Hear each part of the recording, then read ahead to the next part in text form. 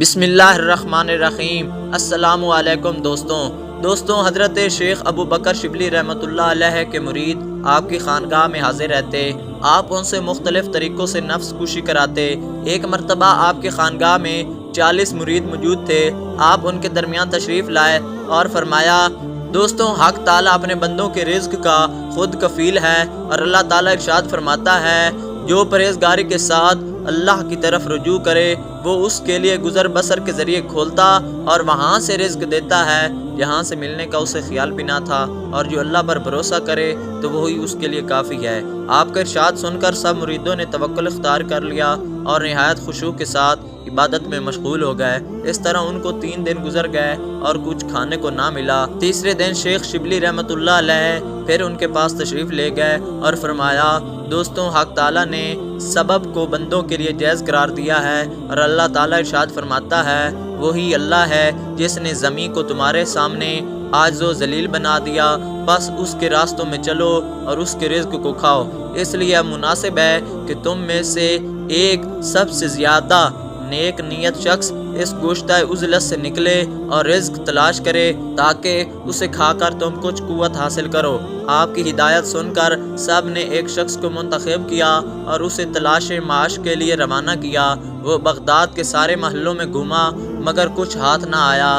پہلے ہی 3 دن کا بھوکا تھا، اس دوڑ دھوپ سے اور نڈال ہو گیا اور ٹانگیں چلنے پھرنے سے جواب دے گئیں۔ قریب ہی ایک نصرانی طبیب کا مطلب نظر آیا، مجبور ہو کر اس میں جا کر بیٹھ گیا۔ وہاں بہت سے مریض جمع تھے اور حکیم صاحب باری باری ان کو دیکھ کر دوا تجویز کرتے جاتے تھے۔ جب بھیڑ ختم ہوئی تو حکیم صاحب کی نظر اس خستہ حال درویش پر پڑی۔ اس کو اپنے پاس بلا کر نرمی سے پوچھا، تمہیں کیا شکایت ہے؟ درویش شیخ شبلی کی صحبت میں رہ کر مانگنے کی عادت ترک کر چکا تھا، یہ تو نہ کہہ سکا کہ روٹی کے تلاش میں ہوں۔ بے اختیاری میں اپنا ہاتھ طبیب کے ہاتھ میں دے دیا۔ اس نے نبض دیکھی اور سمجھ گیا کہ بیچارہ بھوک کا مریض ہے۔ اس سے کہا، ذرا صبر کرو، تمہاری بیماری کا علاج ابھی ہو جاتا ہے۔ پھر اس نے اپنے ملازم کو بلا کر ہدایت کی کہ بازار جا کر 1 رطل روٹی، 1 رطل حلوہ اور 1 رطل بھنا ہوا گوشت لاؤ۔ جب ملازم ساری چیزیں لے آیا تو طبیب نے اسے درویش کے سامنے رکھ دیا اور کہا کہ تمہارے مرض کا علاج یہی ہے۔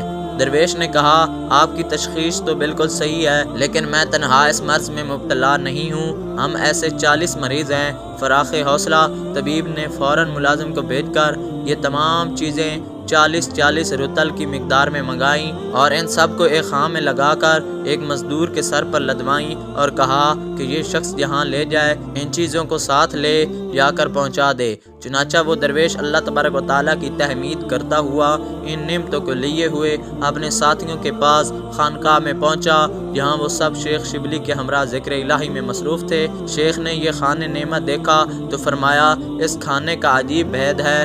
پھر اس مریض سے سارا واقعہ سنا اور فرمایا، دوستوں کیا تمہیں یہ پسند ہے کہ ایک نصرانی کا کھانا کھاؤ اور اس کا کچھ معاوضہ ادا نہ کرو؟ سب نے عرض کیا کہ اس شیخ اس کا معاوضہ کیا ہے؟